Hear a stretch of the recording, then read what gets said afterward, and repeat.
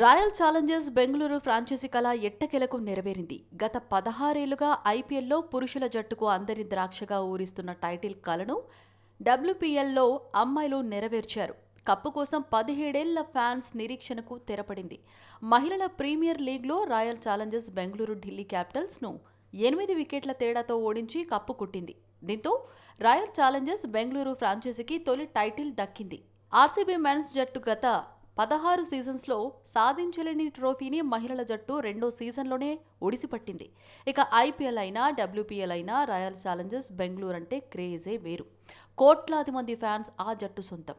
గత 17 ఏళ్లుగా కప్పు కోసం 1000 కళ్లతో ఎదురు చూస్తున్నారు ఆ జట్టు ఫ్యాన్స్.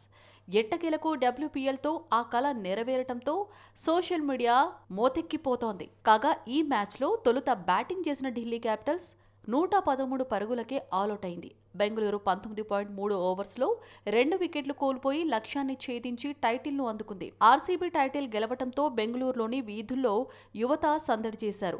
ఆర్సీబీ అని అరుస్తూ విజయోత్సవ సంబరాలు జరుపుకున్నారు. ఇందుకు సంబంధించిన వీడియోలు ప్రస్తుతం నెట్టింట వైరల్ అవుతున్నాయి. రాయల్ ఛాలెంజర్స్ బెంగళూరు ఫ్రాంచైజీకి ఇదే తొలి టైటిల్ కావటం విశేషం. ఐపీఎల్లో 2008 నుంచి ఆడుతున్నప్పటికీ ఆ జట్టు ఒక్కసారి కూడా ట్రోఫీని దక్కించుకోలేదు. Chris Gayle, AB de Villiers, Virat Kohli, du Plessis, Glenn Maxwell వంటి ప్లేయర్లు ఆ జట్టు తరపున ఆడినా ఆ జట్టు కల మాత్రం నెరవేరలేదు. 3 సార్లు ఫైనల్స్లో ఓడి రన్నరప్తో సరిపెట్టుకుంది. మహిళల ప్రీమియర్ లీగ్లో మాత్రం 2 సీజన్లోనే ఆ జట్టు ఛాంపియన్గా నిలిచింది. ఈ టోర్నీలో అద్భుత ప్రదర్శన చేసిన ఎలిసా పెర్రీ లీడింగ్ రన్ స్కోరర్కు ఇచ్చే ఆరెంజ్ క్యాప్ను అందుకుంది.